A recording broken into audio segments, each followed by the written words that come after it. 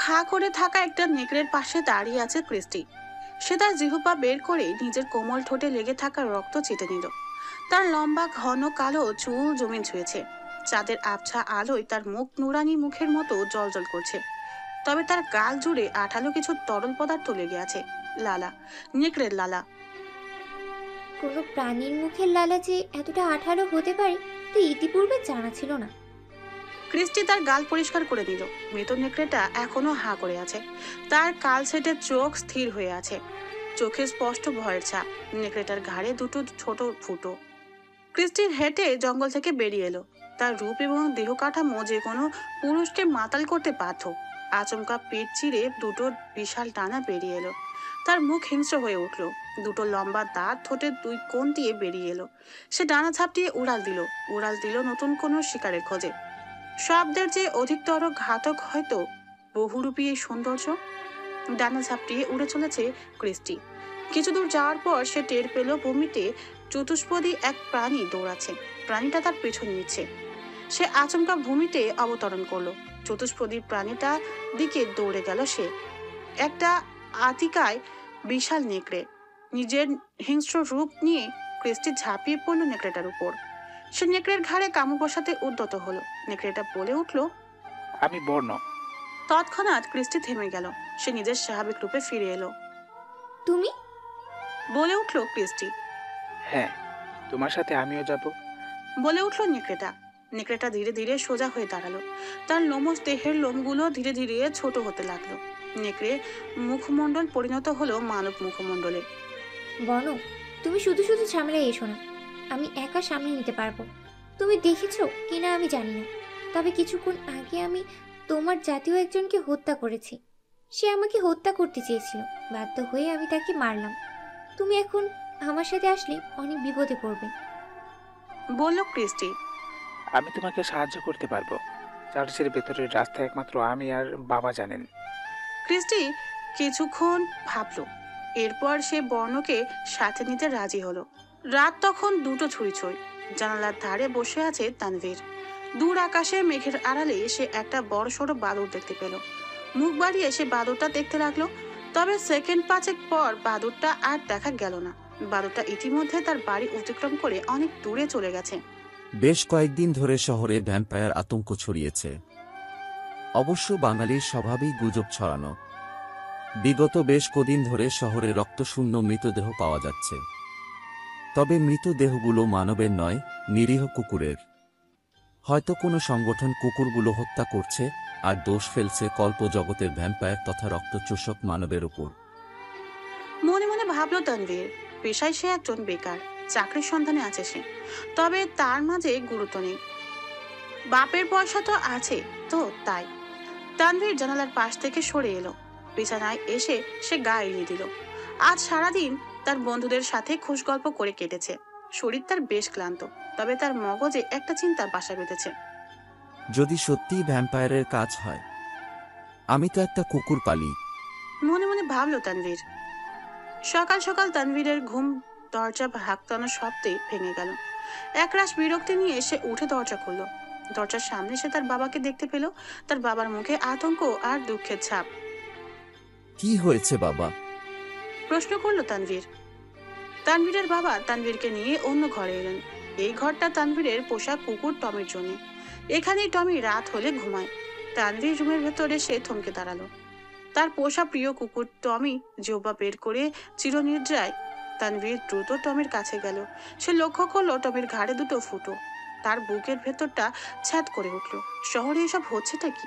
পরের দিন টমিকে হারানোর শোকের মাঝেও আজ তানভীরের মুখে টানা হাসি ফুটেছে। আজ তানভীরকে ভাবুক ছেলে হতে দেখে তার বোন আরোহী তাকে জিজ্ঞাসা করলো, কি হলো ভাই, তুই দুপুর থেকে দেখছি কিছু একটা নিয়ে ভাবছিস আর হাসছিস?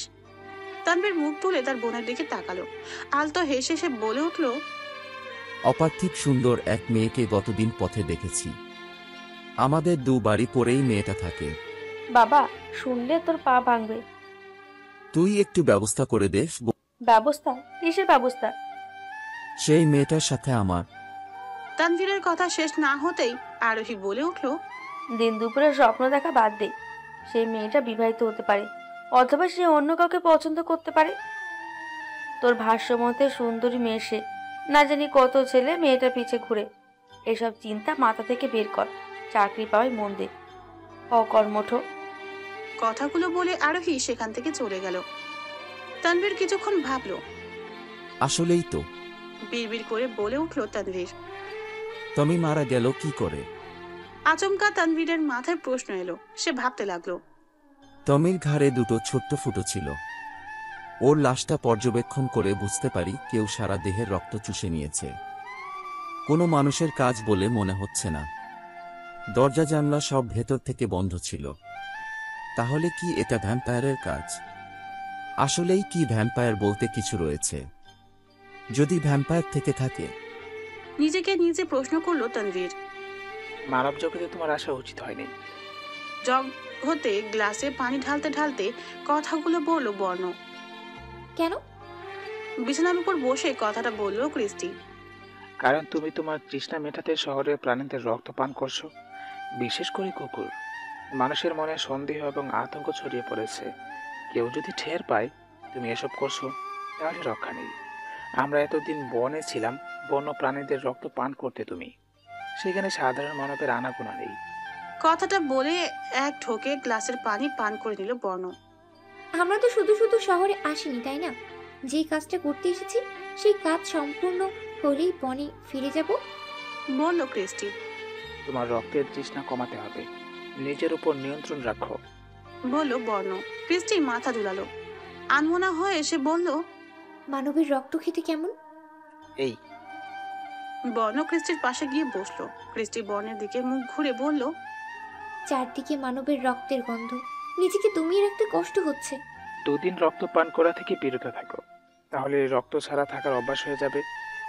বর্ণ আর কিছু বলার সুযোগ পেল না। ক্রিস্টি তার সুচালো দাঁত বর্ণের ঘাড়ে বসিয়ে দিল। বর্ণের পুরো দেহ কেঁপে উঠল। পর মুহূর্তে সে নিজেকে সামলে নিয়ে ক্রিস্টির মাথা ধরে টেনে তার ঘাড় থেকে সরিয়ে দিল। ক্রিস্টির লম্বা দাঁতে তাজা রক্ত লেগে আছে।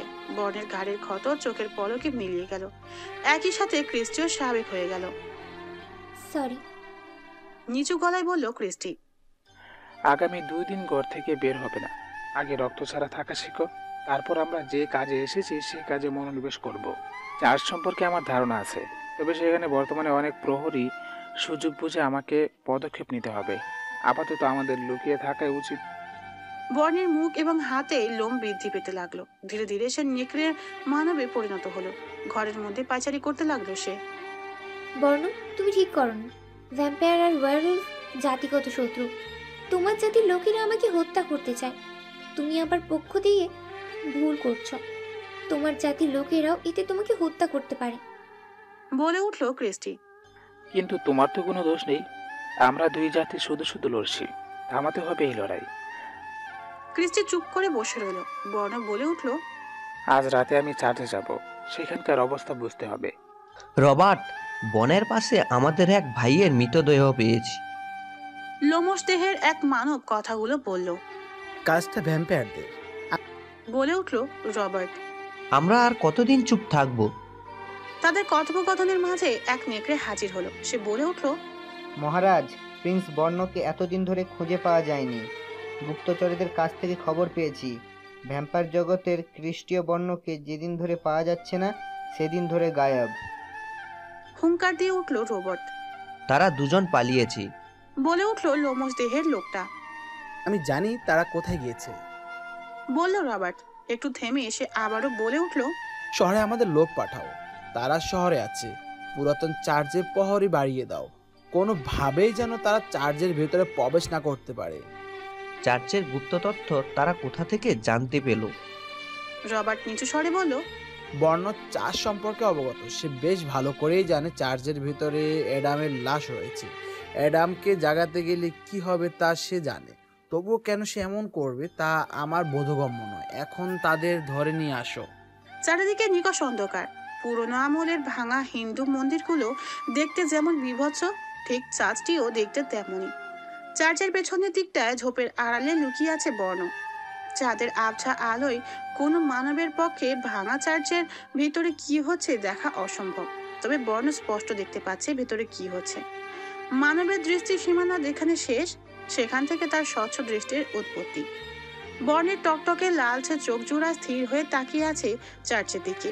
সে নিচু গলায় বলে উঠল, 13 জন প্রহরী, 5 জন বাইরে, 7 জন ভেতরে, আর 3 জন ছাদে। এই 13 জন আমাদের উপর ঝাঁপিয়ে পড়লে নির্ঘাত আমাদের হাড়গুলো অক্ষত থাকবে না? বর্ণ মনে মনে ভাবতে লাগলো কি করা যায়। চার্চের প্রহরীদের পরাস্ত করতে হবে। বর্ণ নিজের মানব রূপ ছেড়ে নেকড়ে রূপ ধারণ করলো। দুপায়ে দাঁড়িয়ে থাকা লোমশ দেহের এক অতিকায় বিশাল নেকড়েতে পরিণত হলো বর্ণ। এক লাফে এসে ছাদের উপর উঠে গেল। তার দৈত্যাকার দেহের ভারে ছাদে এক থাকা কিছু পাথর খসে নিচে পড়ে গেল। ধপাস করে একটা শব্দ হলো। তৎক্ষণাৎ চার্চের প্রহরীরা সতর্ক হয়ে গেল। সকলে আশপাশ খুব তীক্ষ্ণ দৃষ্টিতে দেখতে লাগলো। আচমকা এক নেকড়ে মানব প্রহরী চিৎকার দিয়ে ছাদের দিকে ইশারা করে বলে উঠল। ওই যে বর্ণ। তৎক্ষণাৎ সকল নেকড়ে প্রহরী দ্রুত ছাদের দিকে অগ্রসর হতে লাগলো। বর্ণ দ্রুত ছাদের এক কোণে থাকা ফাটল দিয়ে চার্চের ভিতর প্রবেশ করলো। প্রহরীরা হন্তদন্ত হয়ে বর্ণকে ছাদে খোঁজায় ব্যস্ত। বর্ণ যতদূর জানে চার্চটা মাটির নিচে দৈর্ঘ্য প্রস্থে সমান হারে বিস্তীর্ণ। বর্ণ ধীর পায়ে অগ্রসর হলো। আচমকা কিছু নেকড়ে মানব তাকে ঘেরাও করে ফেললো। মোট 10 জন। সে থমকে দাঁড়ালো।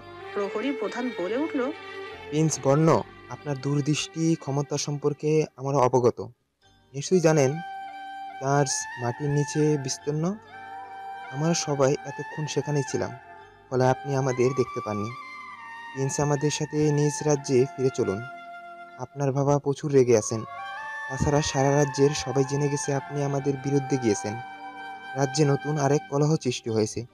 নিজ সম্পাদে বিরাট হওয়ার সম্ভাবনা রয়েছে। আপনি দয়া করে রাজ্যে ফিরে চলুন, এতে রাজ্যেরই মঙ্গল। বর্ণ নিজের মানব রূপে ফিরে এলো। বর্ণকে মানব রূপে ফিরতে দেখে প্রহরী প্রধান এবং সাধারণ প্রহরীরা মানব রূপ ধারণ করলো। এরপর বর্ণ বলে উঠল, দৃষ্টিকে কেন মারতে চান? প্রহরী প্রধান কিছুক্ষণ বর্ণের দিকে চেয়ে রইল। প্রিন্স, শত্রু দলের একটা মেয়ের প্রতি এত আকর্ষণ কেন? আপনি ভুলে গেছেন গত বছর তারা আপনাকে কতবার হত্যা করার পরিকল্পনা করেছিল? কিন্তু এসবে তো কৃষ্টির কোনো ভূমিকা নেই। সবকিছু করেছে তার বাবা।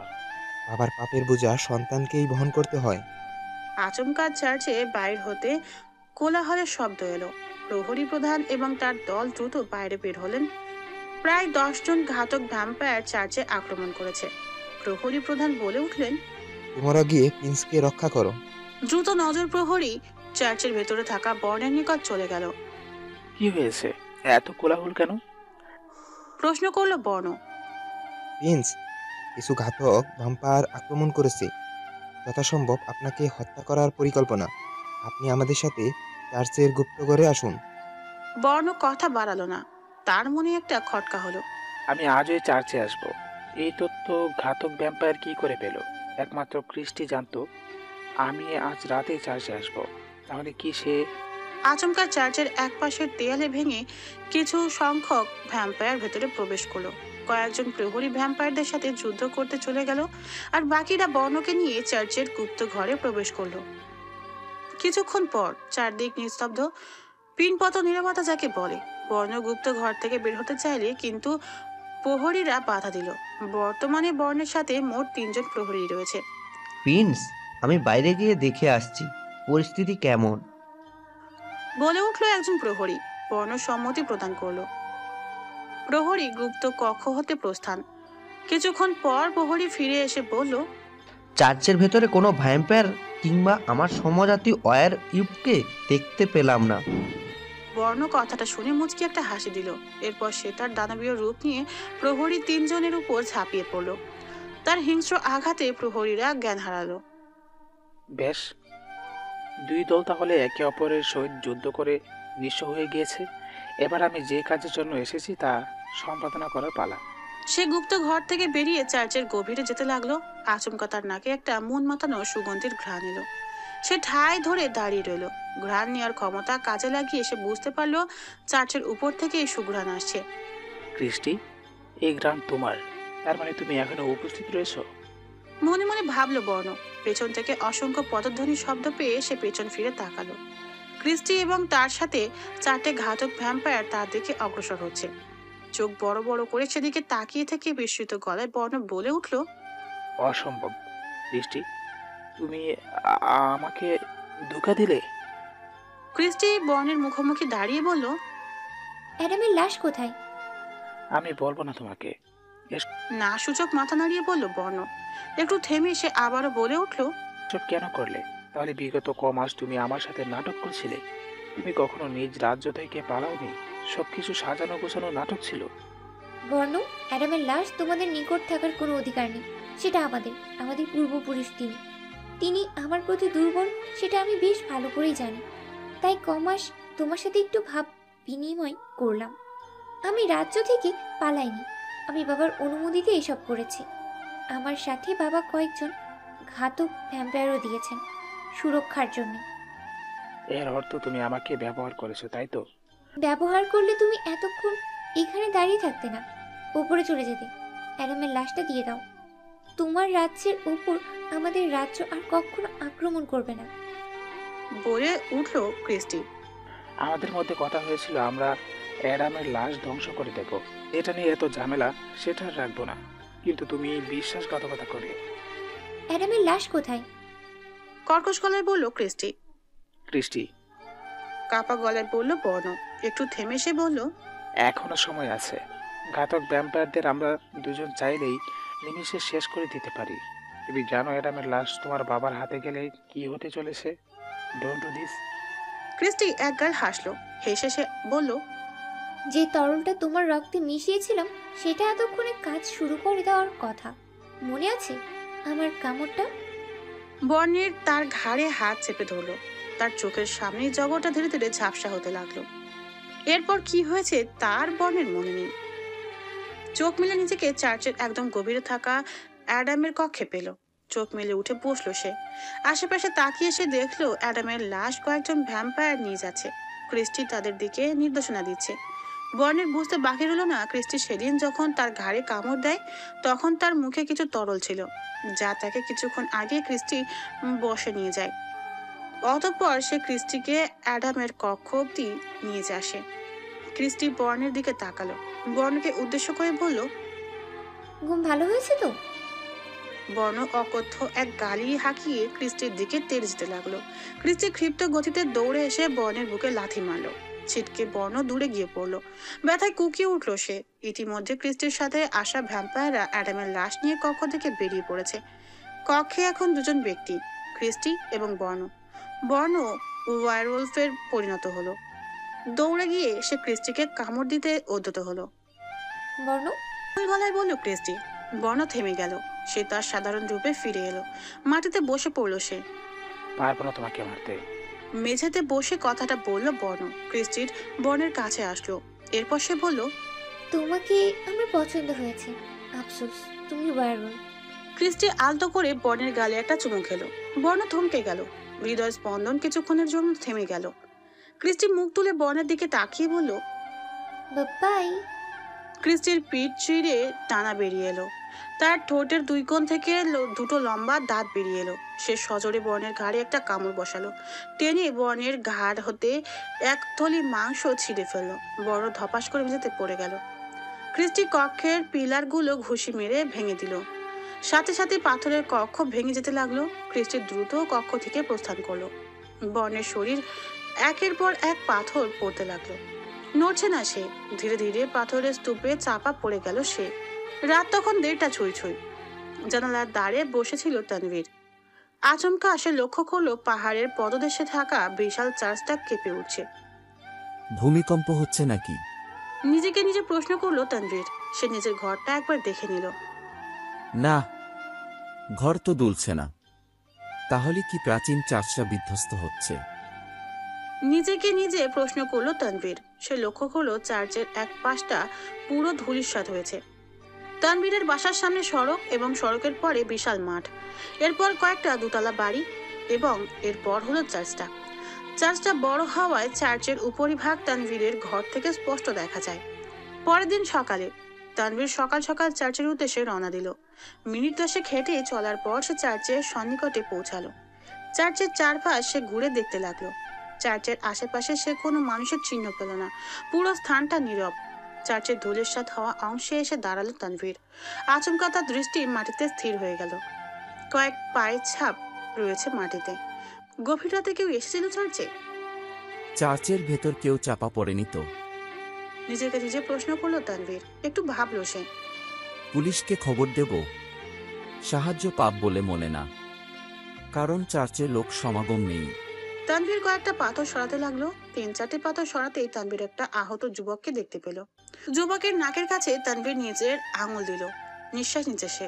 তানভীর দ্রুত টেনে ধ্বংসস্তূপ থেকে যুবকটাকে বের করে নিল। আশেপাশের কয়েকজন লোককে ডেকে এনে তানভীর যুবকটাকে হাসপাতালে নিয়ে গেল। দৌড়ে রবার্টের কাছে এলো একটা নেকড়ে মানব। মহারাজ, কি হয়েছে? ভয় পাচ্ছ কেন? চার্চ ধ্বংস হয়ে গেছে, সেই সাথে চার্চের দায়িত্বে থাকা সবাই মারা গেছে। অ্যাডামের লাশও নিয়ে গেছে ওরা। আমি কোনো মতে পালিয়ে এখানে এসেছি। ওরা অর্থাৎ ভ্যাম্পায়ার? কি? একটা দুঃখ সংবাদ আছে মহারাজ। বর্ণ? প্রশ্ন করলো রবার্ট। নেকড়ে মানব মাথা নিচু করলো। সে নিচু গলায় বলে উঠল, বর্ণ গত রাত ঘটনাস্থলে ছিল। আমি জানি না সে ওখানে কি অবস্থায় আছে। রবার্ট বুকে হাত চেপে দীর্ঘ শ্বাস নিতে লাগলেন। তার চোখে জল। বিড় করে কান্না ভেজা গলায় তিনি বলে উঠলেন, বর্ণ? মহারাজ, রাজ্যের সকলে আপনার বিবর্তি শোনার অপেক্ষায় রয়েছেন। প্রিন্স বর্ণের পক্ষে যদি আপনি কিছু বলতেন। প্রশ্ন 1, চার্চের প্রহরী বিন্যাসটা বিবরণ করুন। লাথি দেওয়ার পর্ব বর্ণের সাথে ক্রিস্টি কি করেছিল? সর্বাধিক সঠিক প্রশ্নের উত্তরদাতার জন্য পুরস্কার হিসেবে থাকছে বই। আবার বলছি, বই, নট বউ, বললেন নেকড়ে সেনাপ্রধান। সেনাপ্রধানের দিকে কিছুক্ষণ রবার্ট এক দৃষ্টিতে চেয়ে রইল। এরপর তিনি তার কক্ষের বিশাল খোলা বেলকনিতে এসে দাঁড়ালেন। রাজ্যের উৎসুক জনসাধারণ এদিন ধরে চলত বর্ণ সম্পর্কে জানতে আগ্রহী। বর্ণ সাজাতে বিরোধ হওয়ায় রাজ্যের জনসাধারণের মনে যে ঘৃণা আর ক্ষোভ জন্ম নিয়েছে তা মাটি চাপা দিতে রবার্ট বিবৃতি প্রদান করলেন। বর্ণ স্বেচ্ছায় রাজ্য হতে পালিয়ে যায়নি, বরং তাকে অপহরণ করা হয়েছিল ভ্যাম্পায়ার, হ্যাঁ, তাদের কাছে। গত দিন রাতে তারা শহরে থাকা আমাদের চার্চ হতে অ্যাডাম ইউবার্ডের লাশ চুরি করে। বর্ণ তাদের বাধা দেয় এবং এক পর্যায়ে তাদের রক্তক্ষয়ী এক সংঘর্ষ হয়। ঘাতক ভ্যাম্পায়াররা সংখ্যালঘু হওয়ার ফলে আমার ছেলে বর্ণ এবং প্রহরীরা ঘটনাস্থলেই। এটুকু বলেই রবার্ট থেমে গেলেন। রাজ্যের জনসাধারণের চোখে জল টলমল করছে। অজানা এক বেদনা তাদের হৃদযন্ত্রে আঘাত হানল। রবার্ট আবারও বলে উঠল, বর্ণ আমাদের বিরুদ্ধে যায়নি, সে আমাদের জন্যই লড়ছে। এরপর রবার্ট নিজ কক্ষের দিকে অগ্রসর হতে উদ্যত হলেন। আচমকা জনসাধারণের ভিড় হতে একজন নেকড়ে মানব বলে উঠলেন, ঘাতক ভ্যাম্পায়ার সম্প্রদায় আমাদের প্রিন্সকে হত্যা করেছে। আমরা তাদের ছাড়ব না। একটা হিংস্র নেকড়ে হুঙ্কার তুলল। সেই নেকড়ে মানব, তার সাথে তাল মিলিয়ে বাকি সব নেকড়ে মানব হুঙ্কার দিয়ে উঠল। তাদের তীক্ষ্ণ হুঙ্কারে কেঁপে উঠল পুরো নেকড়ে সাম্রাজ্য। রবার্ট হেঁটে নিজ কক্ষে ফিরে এলেন। রবার্টের দ্বিতীয় সন্তান এবং তার একমাত্র মেয়ে এলিনা কক্ষে এক প্রকার ছুটে এলো। বাবা, এসব কি শুনছি? ভাই, হাঁপাতে লাগলো এলিনা। রবার্ট মলিন একটা হাসি দিয়ে মাথা নাড়ল। এলিনা মুখে হাত দিয়ে মাটিতে বসে পড়ল। কান্না ভেজা গলায় সে বলে উঠল, বর্ণ, ছেলেটার মাথায় ভারী চোট লেগেছে। স্মৃতিশক্তি ফিরে পায় কিনা তা নিয়ে আমি চিন্তিত। জ্ঞান ফিরলে বলা যাবে। আপাতত আমি কিছু মেডিসিন লিখে দিচ্ছি, সেগুলো ক্রয় করে নিন, বলল ডক্টর। তানভীর মাথা নেড়ে বলল, জি। কিছু মেডিসিন লিখে তানভীরের হাতে দিয়ে ডক্টর বললেন, ছেলেটা আপনার কি হয় ভাই? তানভীর না সূচক মাথা নেড়ে বলল, ছেলেটাকে আমি চিনি না। পাহাড়ের পাদদেশে থাকা চার্চের ধ্বংসস্তূপ হতে ছেলেটাকে পেয়েছি। ডক্টর বেডের উপর অচেতন অবস্থায় শুয়ে থাকা বর্ণের দিকে তাকিয়ে থেকে বললেন, চার্চ ধ্বংস হয়ে গেছে। ভারী অদ্ভুত তো। এই 100 বছর ধরে চার্চটা মাথা উঁচু করে দাঁড়িয়েছিল, হঠাৎ ভেঙে গেল কি করে? আর এই ছেলেটা চার্চে কেন গেল? তা অজানা, তবে ছেলেটার জ্ঞান ফিরলেই সবকিছু পরিষ্কার হবে, বলল তানভীর। এরপর তানভীর হাসপাতাল সংলগ্ন ফার্মেসি থেকে ডক্টর কর্তৃক লিখিত ঔষধগুলো ক্রয় করে নিল। বর্ণের কাছে ফিরে এসে তানভীর দেখলো বর্ণের জ্ঞান ইতিমধ্যেই ফিরেছে। বর্ণ মুখ তুলে নিজের অবস্থান সম্পর্কে অবগত হলো। সে বর্তমানে হাসপাতালের বেডে শুয়ে আছে। বর্ণ উঠে বসলো। তানভীর বর্ণের পাশে গিয়ে বসলো। তোমার নাম কি? প্রশ্ন করলো তানভীর। বর্ণ। তুমি চার্চে গেলে কেন? Sorry church. না জানার ভঙ্গিতে বলল বর্ণ। তোমাকে আমি চার্চে পেয়েছি। চার্চের ধ্বংসস্তূপে পেয়েছি তোমাকে। মনে পড়ছে না। বলল বর্ণ। কিছুক্ষণ পর ডক্টর এলেন। তিনি বর্ণকে পর্যবেক্ষণ করে বললেন, আকস্মিক স্মৃতি হারিয়েছে সে। বর্ণ বলে উঠল, আমি কি বাড়ি ফিরে যেতে পারবো? তোমার মাথায় ভারী চোট লেগেছে, তাছাড়া দুর্বল তুমি। কিছুদিন তোমাকে হাসপাতালে থাকতে হবে।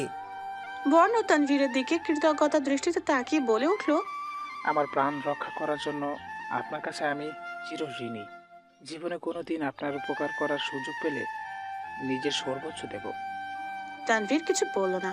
সে মনে মনে ভাবলো, ছেলেটার কথায় একটা রাজকীয় ভাব আছে, হয়তো বড় কোনো পরিবারের সন্তান। এদিকে ভ্যাম্পায়ার রাজ্যে অ্যাডাম ইউবার্ডের লাশ নিয়ে পৌঁছালো ক্রিস্টি এবং ঘাতক ভ্যাম্পায়াররা। ক্রিস্টির পিতা ক্রিস্টিকে দেখে গাল ভরে একটা বিজয়ী হাসি দিলেন। ক্রিস্ট, তুমি আজ অসাধকের সাধন করেছো। গর্ব হচ্ছে তোমার মতো বীরের পিতা হতে পেরে। ক্রিস্টি কিছু বলল না, না হাসলো, না তার পিতার সাথে দু কথা বলল। সে সোজা নিজ কক্ষে চলে গেল। ক্রিস্টির পিতা তথা সমগ্র ভ্যাম্পায়ার সাম্রাজ্যের রাজা এক ঘাতক ভ্যাম্পায়ারকে প্রশ্ন করলো, ক্রিস্ট, কি হয়েছে? জানা নেই মহারাজ, তবে লক্ষ্য করেছি সারা পথ জুড়ে প্রিন্সেস কেমন জানি উদাস। বর্ণের কি হয়েছে? বর্ণকে প্রিন্সেস নিজে হাতে হত্যা করেছেন। হা হা হা হা হা হা হা। পৈশাচিক হাসি দিল ক্রিস্টির বাবা। আজ আমার আনন্দের দিন। সমগ্র ভ্যাম্পায়ার রাজ্যকে রক্তপানের উৎসবের ব্যবস্থা করো, বলল ক্রিস্টির বাবা। কর্নিশ করে ঘাতক ভ্যাম্পায়ার বলল, জি মহারাজ। ঘণ্টাখানেকের মধ্যেই পুরো ভ্যাম্পায়ার রাজ্যে উৎসব আমেজ ছড়িয়ে পড়ল। সাধারণ ভ্যাম্পায়াররা রাজমহলের সামনে এসে জড়ো হলো। জনসাধারণের উদ্দেশ্যে ক্রিস্টির বাবা উইলিয়াম বিবৃতি দিলেন, এই অসাধ্য সাধন করেছে আমার মেয়ে, যে শুধু পূর্ব সম্রাটের লাশ আনেননি, সেই সাথে নেকড়ের মানব রাজ্যের পরবর্তী রাজাকে হত্যা করেছে। নেকড়ে সাম্রাজ্যের মূল স্তম্ভ ভেঙেছে সে। উইলিয়াম সেনাপ্রধানকে বললেন, ক্রিস্টকে নিয়ে আসো। রাজ্যের সবাই ক্রিস্টকে দেখতে আগ্রহী। মাথা নিচু করে কোমল গলায় সেনাপ্রধান বললেন, মহারাজ, প্রিন্সেসকে অনেকবার ডেকেছি, কিন্তু তিনি আসতে নারাজ। তিনি বলেছেন তাকে যেন আর বিরক্ত না করা হয়। উইলিয়াম একটু ভেবে বললেন, ক্লান্ত হয়তো, তাই আসতে চাই। জি, আমারও তাই ধারণা। কয়েক ঘন্টা ধরে চলল রক্তপানের মহা উৎসব। ক্রিস্টি বাদে সকলেই উৎসবে সামিল হয়েছে। জি মহারানী, আমাকে স্মরণ করেছিলেন? বৃদ্ধ এক বিজ্ঞ ভ্যাম্পায়ার ক্রিস্টির সামনে দাঁড়িয়ে বলেন, আপনি তো এই রাজ্যের সবচেয়ে মেধাবী এবং দুর্ধর্ষ গুপ্তচর, তাই না? মাথা নাড়ল বৃদ্ধ ভ্যাম্পায়ার। হুকুম দিন, কি তথ্য আপনার নিকট পেশ করতে হবে? ক্রিস্টি উঠে দাঁড়ালো এবং বলল, নেকড়ি রাজ্য থেকে তথ্য আনো। বর্ণ বেঁচে আছে নাকি মৃত? কনিশ করে বৃদ্ধ ভ্যাম্পায়ার কক্ষ হতে প্রস্থান করলো। রাতে ক্রিস্টির কাছে সংবাদ নিয়ে এলো সেই বৃদ্ধ ভ্যাম্পায়ার। প্রিন্সেস বর্ণ বেঁচে নেই, বর্ণের বাবা এই বিবৃতি দিয়েছেন। ক্রিস্টি কিছুক্ষণ স্তম্ভিত হয়ে বৃদ্ধ ভ্যাম্পায়ারের দিকে তাকিয়ে রইল। এরপর সে তাকে রুম থেকে চলে যেতে বলল। কর্নিশ করে বৃদ্ধ ভ্যাম্পায়ার সেখান থেকে প্রস্থান করলো। ক্রিস্টি আচমকা কান্না করতে লাগলো। বিড়বিড় করে সে বলতে লাগলো, সরি বর্ণ। একটা বদ্ধ ঘরে অ্যাডাম ইউবার্ডের লাশ রাখা। লাশটি কেন্দ্র করে দাঁড়িয়ে আছে ইউলিয়াম এবং কিছু ঘাতক ভ্যাম্পায়ার। ইউবার্ডের লাশের চারিদিকে ছোট কুয়ো। কয়েকজন ভ্যাম্পায়ারকে কুয়োর মুখের সামনে আনা হলো।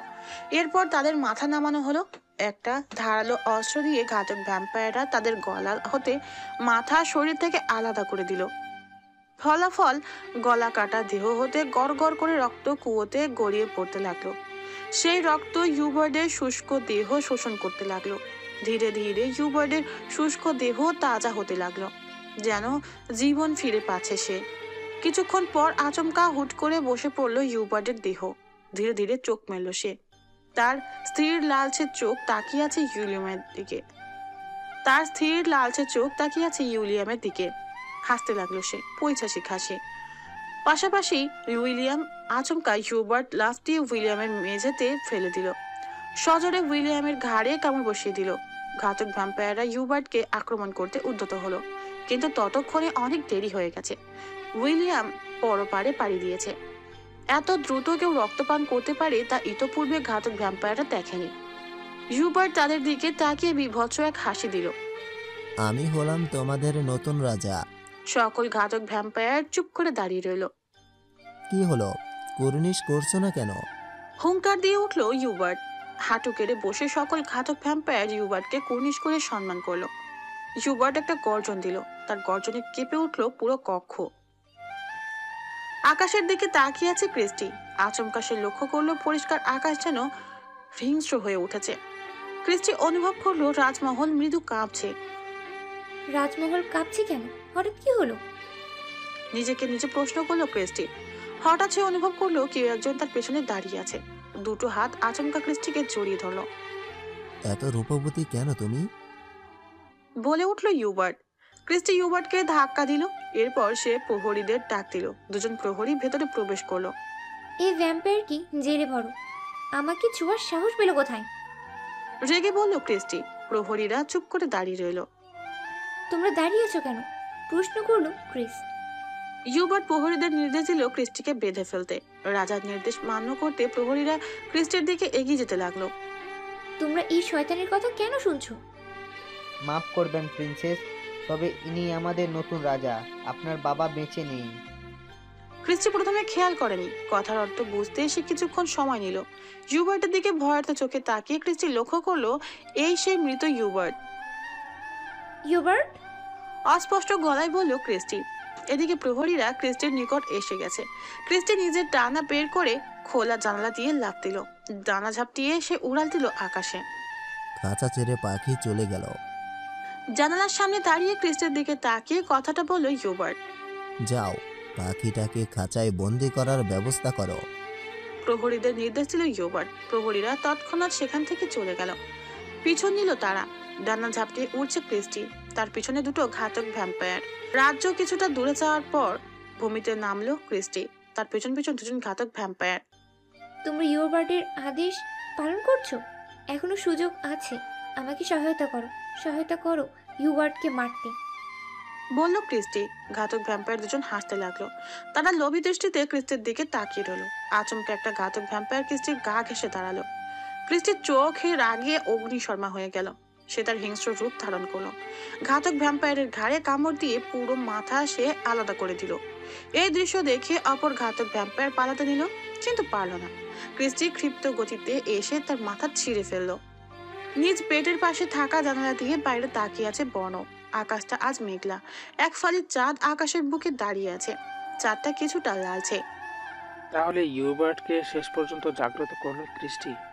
মনে মনে নিজেকে নিয়ে যে প্রশ্ন করলো বর্ণ। বর্ণ হাসলো, এসব ভাবলো। এবার বুঝবে আসল বিপদ কাকে বলে। আকাশে এক ফালি হলদে চাঁদ উঠেছে আজ।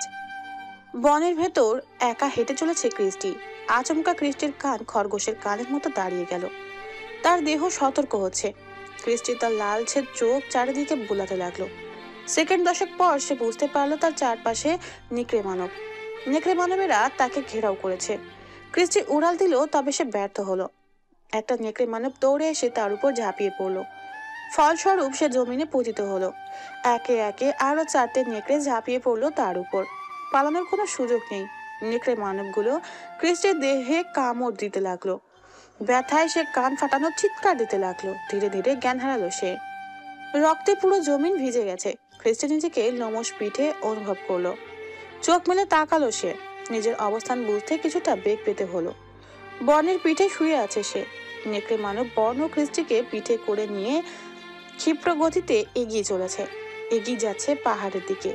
ক্রিস্টি উঠে বসার চেষ্টা করলো, কিন্তু সে ব্যর্থ হলো।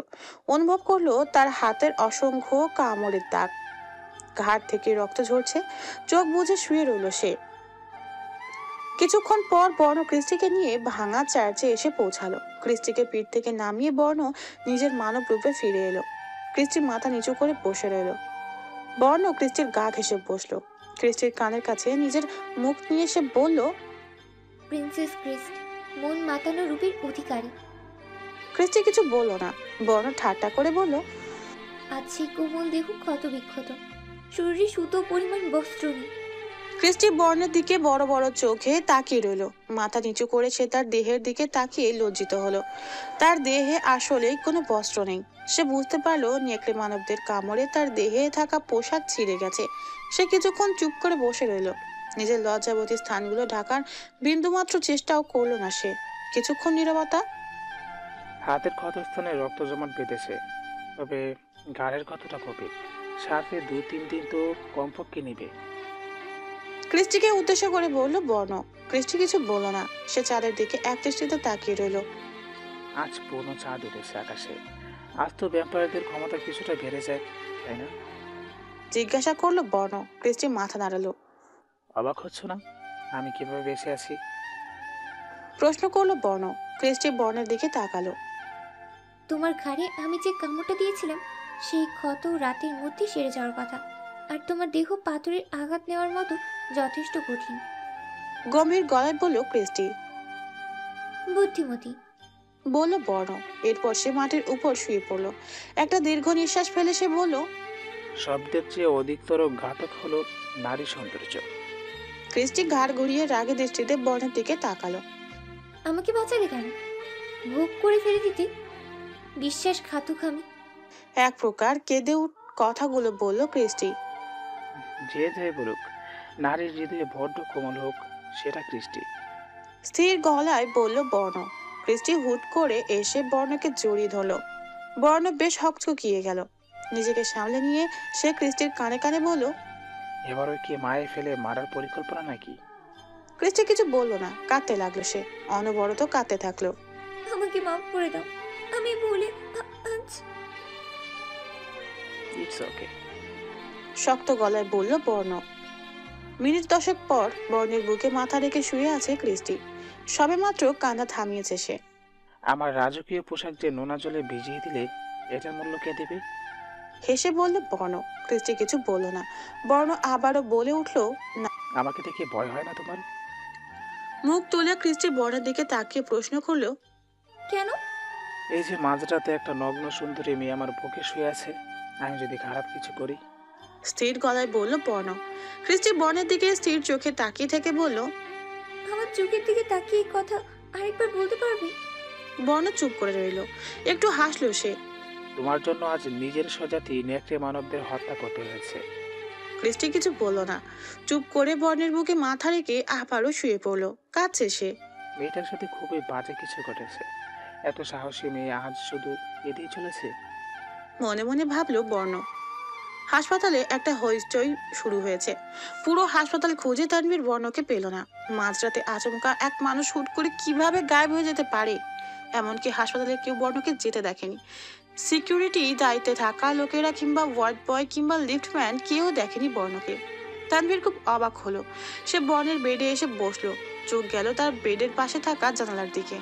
খোলা জানালা, কোনো রড নেই। হাসপাতালে অবশ্য এমন খোলা জানালা থাকে আলো বাতাসের জন্য। এখান দিয়ে পালিয়ে যায়নি তো বর্ণ? মনে মনে নিজেকে নিজে প্রশ্ন করলো তানভীর। জানালার ধারে গিয়ে সে নিচে তাকালো। 7ম তলা। এখান থেকে কেউ লাফ দিলে নির্ঘাত মৃত্যু। বিড়বিড় করে বলল তানভীর। ভোর হয়ে এসেছে। চারিদিকে মৃদু আলো ছড়িয়ে পড়েছে। বর্ণ ক্রিস্টিকে ডাক দিল। এই শোনো, বোর হচ্ছে, একটু পর লোক সমাগম বাড়তে থাকবে। তুমি এভাবে নগ্ন থাকলে তো চলবে না, পোশাকের ব্যবস্থা করতে হবে। উঠে পড়ো, বলল বর্ণ। ক্রিস্টি উঠে বসে পড়লো। চোখ ডলতে ডলতে সে বর্ণের দিকে তাকালো। তোমার পোশাক আমাকে দিয়ে দাও, বলল ক্রিস্টি। বর্ণ ভ্রু কুচকে ক্রিস্টির দিকে তাকিয়ে বলল, আমার শরীরের উপর যে পোশাক দেখছো সেটা আছে, ভেতরে আর কিছু নেই, বুঝলে? তো এখন কি করবে? প্রশ্ন করলো ক্রিস্টি। সেদিন তো চার্চের প্রহরীদের তুমি হত্যা করেছিলে, তাই না? তাদের লাশ নিশ্চয়ই চার্চের ধ্বংসস্তূপে থাকার কথা। তাদের পোশাক ব্যবহার করা যায়। ক্রিস্টি নাসূচক মাথা নেড়ে বলল, ওদের লাশ আমরা সাথে করে নিয়ে যাই এবং বনে দাফন করে দিই।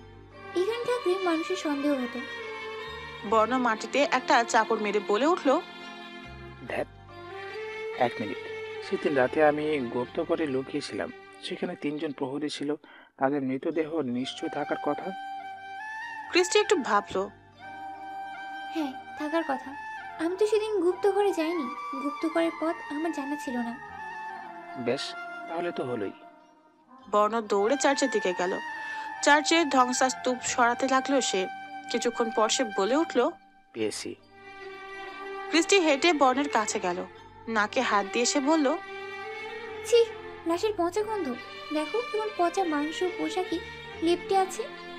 বর্ণ ক্রিস্টির কথা তোয়াক্কা না করে একজন প্রহরীর দেহে থাকা পোশাক খুলে ফেলল। ক্রিস্টি তৎক্ষণাৎ সেখান থেকে দূরে চলে গেল। অন্তত কোনো নগ্ন পচা দেহ সে দেখবে না। বর্ণ পোশাক হাতে ক্রিস্টির নিকট এলো। এগুলো থেকে পচা গন্ধ বের হচ্ছে, আমি এগুলো পড়তে পারবো না। পাহাড়ের পাশে একটা নদী আছে।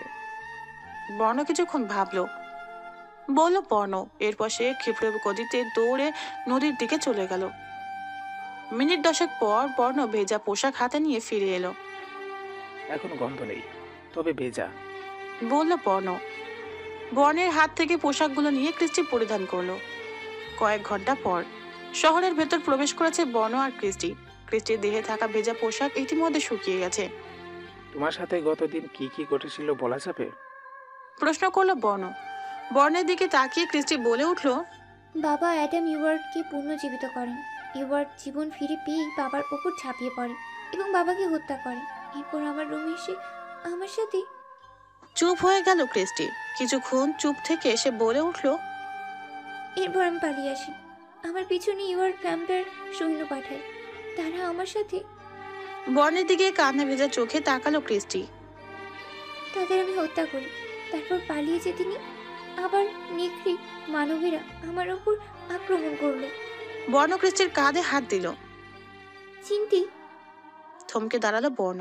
আচমকা বর্ণের দাঁড়িয়ে থাকতে দেখে ক্রিস্টি জিজ্ঞাসা করলো, কি হয়েছে? বর্ণ ক্রিস্টির হাত ধরে টান দিয়ে বলল, দৌড়াও। রাস্তার বিপরীত পাশে থেকে গলা হাঁকিয়ে তানভীর বলে উঠল। বর্ণ। দৌড়ে তানভীর বর্ণের দিকে আসতে লাগলো। বর্ণ ক্রিস্টির হাত ধরে দৌড়াতে লাগলো, পাশাপাশি ক্রিস্টিও। কিছু দূর দৌড়ে যাওয়ার পর ক্রিস্টি বলল, আমরা দৌড়াচ্ছি কেন? ওই ছেলেটা আমাদের ধরে ফেললে বিপদ। আমাদের আসল পরিচয় নির্ঘাত সবার সামনে চলে আসবে। দৌড়াতে দৌড়াতে বলল বর্ণ। তো মানবের মতো ধীরে দৌড়াচ্ছ কেন? নিজের ক্ষমতার বলে দ্রুত দৌড়াও, বলল ক্রিস্টি। এরপর ক্রিস্টি বর্ণ খুব দ্রুত দৌড়ে পাহাড়ে এলো। তানভীর কিছু দূর দৌড়ে হাঁপিয়ে যায়, ফলে সে আর বর্ণের পিছু নিতে পারেনি।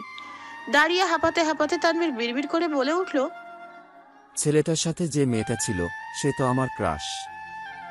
ছেলেটাকে এত ভয় পাওয়ার কারণ কি? প্রশ্ন করলো ক্রিস্টি। আসলে চার্চের ধ্বংসস্তূপ থেকে এই ছেলেটাকে আমাকে উদ্ধার করে এবং হাসপাতালে নিয়ে যায়।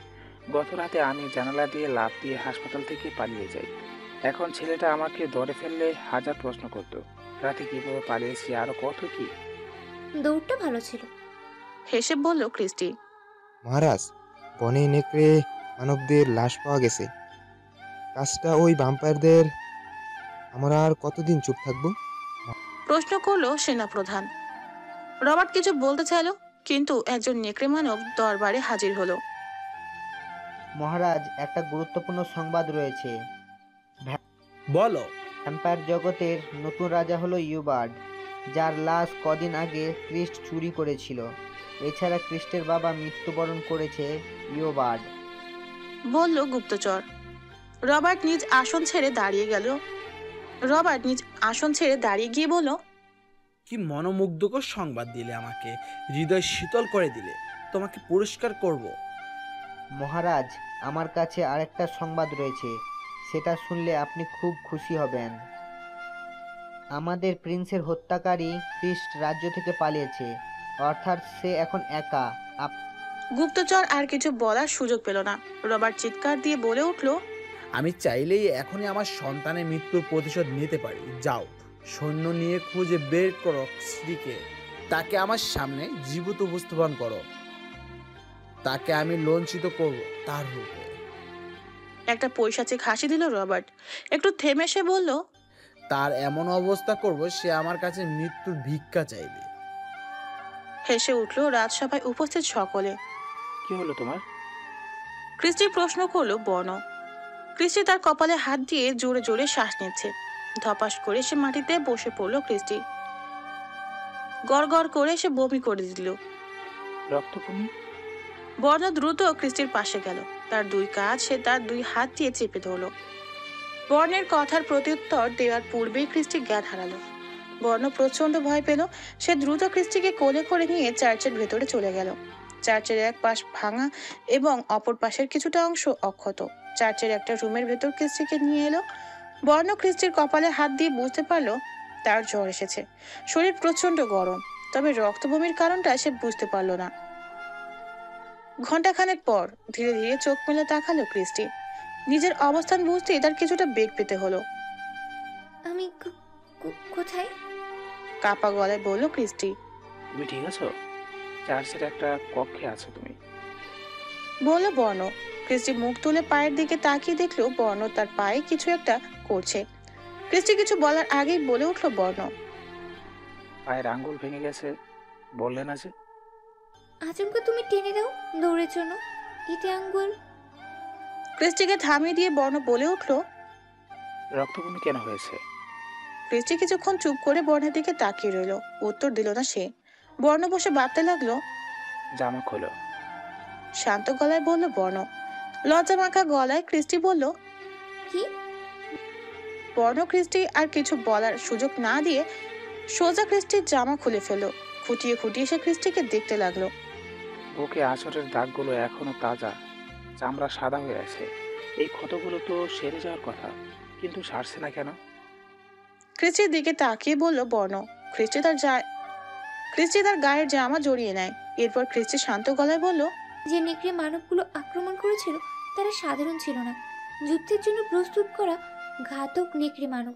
এর অর্থ এতক্ষণে তুমি তোমার রাজ্য থেকে পালিয়ে আসার খবর আমার বাবার কানে নিশ্চয়ই গিয়েছে।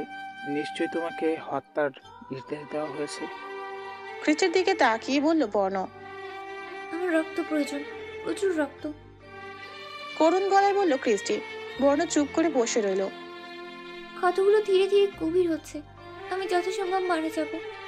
কাঁদতে কাঁদতে বলল ক্রিস্টি। বর্ণ কিছু বলল না। সে ভাবতে লাগলো, যেদিন রাতে তুমি পালিয়ে আসো সেদিন রাতে আমার বাবা তোমার পালানোর সংবাদ পাওয়ার কথা নয়। ঘাতক নেকড়ে মানব একদম সময় মতোই তোমার নিকট কি করে পৌঁছায়? গম্ভীর গলায় বলল বর্ণ। ক্রিস্টি ভ্রু কুঁচকে বলল, তাহলে আমার রাজ্যের তথ্য তোমাদের রাজ্যে কেউ পৌঁছাচ্ছে, এবং তোমাদের রাজ্যে তোমাদের নির্দেশনা ব্যতীত অন্য কেউ এসব করছে। নিশ্চয়ই হুকুমের ক্ষমতা রাখে, তাই ঘাতক ভ্যাম্পায়ার তার কথা পালন করেছিল। আমি জানি কে সে। কে? তোমাকে মারতে ঘাতক ভ্যাম্পায়ার পাঠানো হয়, অর্থাৎ মৃত্যুতে কাতর কেউ পাঠিয়েছে। এলিনা? প্রশ্ন করলো ক্রিস্টি।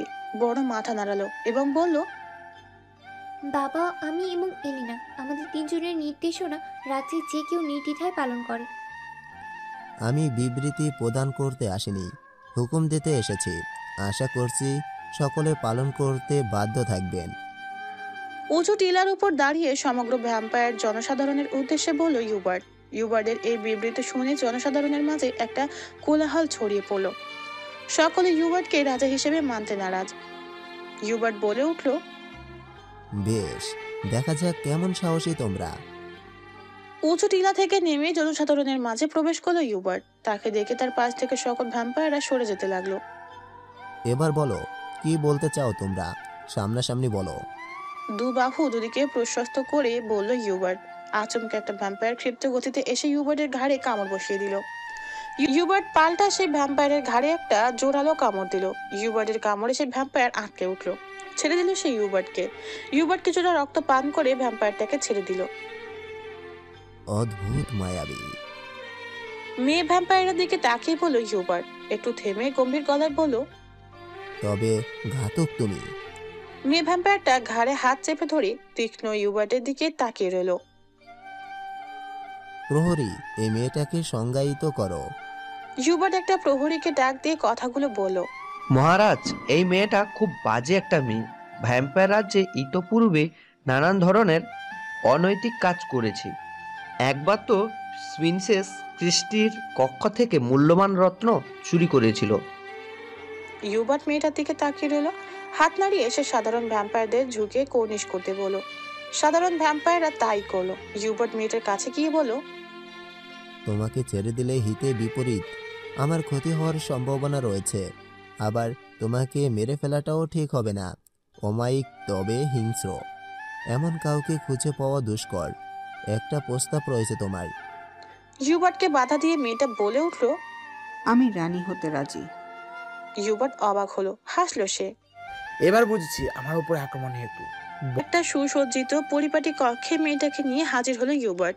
কক্ষের ভেতর প্রবেশ করে মেয়েটা কক্ষের বিভিন্ন আসবাবপত্রে হাত বুলাতে লাগলো। তুমি যে চোর ছিলে তা তোমার দৃষ্টি বলে দিচ্ছে। মেয়েটা ইউবার্টের কথার প্রত্যুত্তর দিল না। এই বুর্জোয়া বিলাসিতা এমনি এমনি তোমাকে আমি দেব না, কাজ করতে হবে। শান্ত গলায় বলল ইউবার্ট। ঠিক আছে, ক্রিস্টোকে মেরে ফেলবো আমি। দ্রুত বলল মেয়েটা। মারতে হবে না, জীবিত আমার সামনে উপস্থাপন করতে হবে, বলল ইউবার্ট। মেয়েটা ভ্যাম্পায়ার ইউবার্টের দিকে তাকিয়ে বলল, আফসোস। ইউবার্ট ভ্রু কুচকালো। মেয়েটা আবারও বলে উঠল, ক্রিস্টোর জন্য। কিরে ভাই, উদাস হয়ে আছিস কেন? তানভীর মুখ তুলে বোনের দিকে তাকালো। কি হলো ভাই, কিছু বলবি? মনমরা হয়ে তানভীর বলল, 5 তোর মনে আছে সেদিন একটা মেয়ে আমার ভারী পছন্দ হয়েছিল? হ্যাঁ, তো মেয়েটা বুঝি বিবাহিত? তানভীর মাথা নাড়ল এবং বলল, বিবাহিত কিনা জানি না, তবে একটা সুদর্শন ছেলের সাথে হাত ধরে গা ঘেঁষে দাঁড়িয়ে থাকতে দেখেছি। আর জানিস ছেলেটা কে? কে? প্রশ্ন করল আরোহী। গতরাত হাসপাতাল থেকে পালিয়ে যাওয়া বর্ণ। কি? অবাক হলো আরোহী। তাদের উপর আমার সন্দেহ হচ্ছে। কেন জানি মনে হচ্ছে ওরা স্বাভাবিক নয়।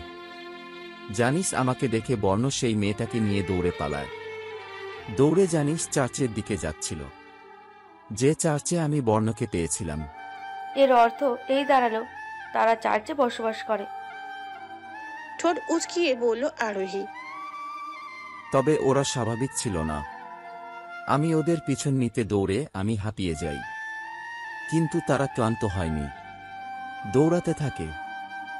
বর্ণের বিষয়টা বুঝলাম, ছেলে মানুষ, সে বেশি দৌড়ানোর ক্ষমতা রাখে। তবে মেয়েটার পেছন ছেড়ে চাকরি পাওয়ার মনোনিবেশ কর। বিরক্তি ভরা গলায় বলল আরোহী। আচ্ছা, ভ্যাম্পায়ার বলতে সত্যি কিছু আছে? আরোহী এবার খুব বিরক্ত হলো। সে মুখ কালো করে দ্রুত সেখান থেকে প্রস্থান করলো। চোখ ডলতে ডলতে উঠে বসলো ক্রিস্টি। বিড়বিড় করে সে বলে উঠল, কখন যে আমার চোখ লেগে গেল টেরই পেলাম না। আশেপাশে তাকিয়ে বর্ণকে না দেখে ক্রিস্টি কিছুটা ভয় পেল। বর্ণ, বর্ণ। বর্ণকে কয়েকবার ডাকলো সে, কিন্তু কোনো সাড়া শব্দ সে পেল না। কোনো মতে সে উঠে দাঁড়ালো। রুমের বাইরে সে বের হতে যাচ্ছিল, ঠিক তখনই একটা নেকড়ে মানব তার ঘরে প্রবেশ করে। প্রথমে ক্রিস্টি ভয় পায়, কিন্তু পরক্ষণে ক্রিস্টি নেকড়ে মানবটা যে বর্ণ চিনতে পারে। এভাবে আসে কেউ? ভয় পেয়েছিলাম আমি, বলল ক্রিস্টি। বর্ণ নিজের মানব রূপ ধারণ করলো। একটা ব্যাগ সে ক্রিস্টির দিকে এগিয়ে দিল। ক্রিস্টি ব্যাগটা হাতে নিয়ে ব্যাগের ভেতর উকি দিয়ে বলে উঠল, 2 লিটারের 4 বোতল রক্ত। এত রক্ত কোথায় পেলে তুমি? মুখে লেগে থাকা রক্ত মুছে বর্ণ ক্রিস্টির দিকে তাকিয়ে বলল, বন থেকে এনেছি। তুমি তো ক্লান্ত ছিলে, ঘুমিয়ে পড়েছিলে, এই সুযোগে আমি শিকারে বেরিয়ে পড়ি। আমারও তো তাজা মাংসের একটা চাহিদা আছে। আর তোমার রক্তের মাংস আমি খেলাম, আর রক্ত তোমার জন্য সংগ্রহ করে নিলাম। ক্রিস্টি কিছু বলল না। 1 বোতল রক্ত সে ঢকঢক করে পান করে নেয়। রক্ত পান শেষে তার দেহ যেন পুনরায় সতেজ হয়ে উঠেছে। আচমকা যেন তার সৌন্দর্য কয়েক শত গুণ বেড়ে গেছে। বর্ণ স্থির দৃষ্টিতে তাকিয়ে রইল ক্রিস্টির দিকে। রক্তপান শেষে ক্রিস্টি বসে পড়ল। একটা দীর্ঘ নিঃশ্বাস ফেলে সে বলে উঠল, এখন মনে হচ্ছে যেন নতুন জীবন পেয়েছি। বর্ণ কিছু বলতে নেয়, কিন্তু তার গলার শব্দ কিছু নেকড়ের হিংস্র গর্জনে থেমে যায়। ক্রিস্টির চোখ বড় বড় করে বর্ণের দিকে তাকিয়ে রইল। বর্ণ তার কর্ণ খাড়া করে চুপ করে দাঁড়িয়ে রইল। মিনিট 2 পর সে বলে উঠল, এলিনার গলা পেলাম, সাথে অচেনা কিছু নেকড়ের গলা। ক্রিস্টি বলে উঠল, এবার কি হবে? তুমি ভয় পেও না, আমি আছি। বর্ণ ক্রিস্টিকে অন্য আরেকটা কক্ষে আনলো। তুমি এখানে বসো, আমি এলিনাকে বুঝিয়ে আসছি। বলল বর্ণ। পুরো চার্চে তোমরা তল্লাশি চালাও। ক্রিস্টি এখানেই আসার কথা। বলল এলিনা। এলিনার নির্দেশ মোতাবেক ঘাতক নেকড়ে মানবেরা চারদিকে ছড়িয়ে পড়ল। এলিনা, চেনা একটা গলা শুনে এলিনা কেঁপে উঠল। এদিক সেদিক তাকিয়ে সে সেই কণ্ঠের মালিককে খুঁজে লাগলো। আচমকা একটা চেনা নেকড়ে মানব তার সামনে এসে দাঁড়ালো। বর্ণ, থমথমে গলায় বলল এলিনা। আমি বেঁচে আছি, আর বৃষ্টির কোনো দোষ নেই, ওর কোনো ক্ষতি করবে না তুমি। বলল বর্ণ। কিন্তু এলিনাকে বাধা দিয়ে বলল বর্ণ। এখনই সকল ঘাতক নেকড়ে মানবদের ফিরে আসতে বলো। আচমকা তীক্ষ্ণ গলায় ক্রিস্টি চিৎকার দিয়ে উঠল। বর্ণ দ্রুত ক্রিস্টির কক্ষের দিকে যেতে নেয়, কিন্তু চার্চের দেয়াল ভেঙে একটা বিশাল ভ্যাম্পায়ার বেরিয়ে এলো, যার এক হাতে অচেতন অবস্থায় ঝুলে আছে ক্রিস্টি। একটা বিশালাকার ভ্যাম্পায়ার ক্রিস্টিকে নিয়ে উড়াল দিল। বর্ণ ক্রিস্টিকে বাঁচাতে এগিয়ে যেতে চাচ্ছিল, কিন্তু এলিনা তার শরীরের সমস্ত শক্তি দিয়ে বর্ণের হাত চেপে ধরল। এলিনা! কান ফাটানো এক ধমক দিল বর্ণ। তৎক্ষণাৎ এলিনা বর্ণের হাত ছেড়ে দিল। ধমক শুনে এলিনা খুব অবাক হলো। জীবনে প্রথম বর্ণ তাকে ধমক দিয়েছে। বর্ণ নিজের নেকড়ে মানব রূপ ধারণ করে সেই বিশালাকার ভ্যাম্পায়ারের পিছন নিতে লাগলো। কিছু দূর যেতেই বর্ণ সড়কের তারে একটা মানব আবছায়া দেখতে পেল। বিড়বিড় করে বলে উঠল বর্ণ। তানভীর! তানভীর দৃশ্যটা দেখার জন্য মোটেও প্রস্তুত ছিল না। একটা ভ্যাম্পায়ার এবং নেকড়ে মানব বাস্তবে দেখার বিভৎস অভিজ্ঞতা আজ হলো তার। তানভীর মূলত সন্দেহ এবং কৌতূহলের বসে চার্চের দিকে আসে। ভ্যাম্পায়ার দিয়ে তার মনে কিছু অজানা সন্দেহ ডালাপালা মেলছিল। সেই সুবাদে চার্চের দিকে আসে সে। চার্চে এসে একটা উড়ন্ত ভ্যাম্পায়ার এবং একটা নেকড়ে মানব দেখে সে ভয়ে থরথর করে কাঁপছে। অসম্ভব! ভয়ার্ত গলায় বলে উঠল তানভীর। বর্ণ সেসব তোয়াক্কা না করে বিশাল ভ্যাম্পায়ারের পিছন নিতে লাগলো। অপরদিকে এলিনা তানভীরকে দেখে ঘাতক নেকড়েদের নির্দেশ দিল তানভীরকে জ্যান্ত খেয়ে ফেলতে। ঘাতক নেকড়ে মানবেরা আদেশ মোতাবেক দৌড়ে তানভীরের দিকে যেতে লাগলো। তানভীর প্রথমে ঘোরের মধ্যে ছিল। নিজে সামলে নিতে সে কিছুক্ষণ সময় নেয়। এরপর ঘাতক নেকড়ে মানবদের দেখে সে ভীষণ ভয় পায়। উল্টো দিকে দৌড়াতে থাকে সে এবং বারবার পিছন ফিরে দেখতে থাকে নেকড়ে মানবগুলো হা করে তার পিছন নিচ্ছে। তাদের মুখ থেকে সাদা ঘন ফেনা জাতীয় তরল গড়িয়ে পড়ছে। তানভীর প্রাণ ভয়ে সাধারণ মানুষের তুলনায় কয়েক গুণ জোরে দৌড়াতে লাগলো। সড়ক পার করে সে চিকন একটা গলিতে প্রবেশ করলো। নেকড়ে মানবগুলো গলির সামনে এসে থেমে গেল। একটা নেকড়ে মানব বলে উঠল, শহর অর্থাৎ মানবের সমাগম। মানবের ভিড়ে গেলে আমাদের ধরা পড়ে যাওয়ার সম্ভাবনা রয়েছে। অপর নেকড়ে মানব সম্মতি জানালো। উভয় চার্চের দিকে ফিরে যেতে উদ্যত হলো। এলিনা নিজের হাতের দিকে তাকিয়ে আছে। একা মনে কিছু ভাবছে সে। গম্ভীর গলায় আচমকা সে বলে উঠল, ভাই! ঘাতক নেকড়ে মানব দুজন এলিনার সামনে এসে হাজির হলো। মাথা নিচু করে বলল তারা। এলিনা বুঝতে পারলো শিকার হাতছাড়া হয়েছে। রাজ্যে ফেরার প্রস্তুতি নাও। কথা শেষ করেই এলিনা নেকড়ে মানব রূপ নেয় এবং ক্ষিপ্র গতিতে দৌড়ে যেতে লাগলো। পাহাড় টপকে বনের দিকে যেতে লাগলো। এদিকে ঘাতক নেকড়ে মানবেরা চার্চ ঘুরে দেখে নেয় সবকিছু ঠিকঠাক আছে। নিশ্চিত হতেই তারাও নেকড়ে রাজ্যের উদ্দেশ্যে চার্চ থেকে প্রস্থান করলো।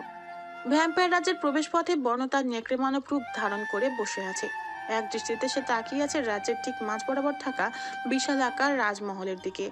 সবেমাত্র সেখানে একটা বিশাল আকার ভ্যাম্পায়ার প্রবেশ করেছে, যার সাথে ছিল অজ্ঞান অবস্থায় থাকা ক্রিস্টি।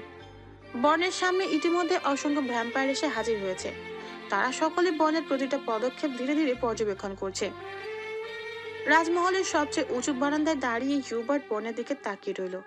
মহারাজ, সেই মেয়ে ভাম্পারটাকে ক্রিস্টিসকে নিয়ে এসেছে। বলল সেনাপ্রধান।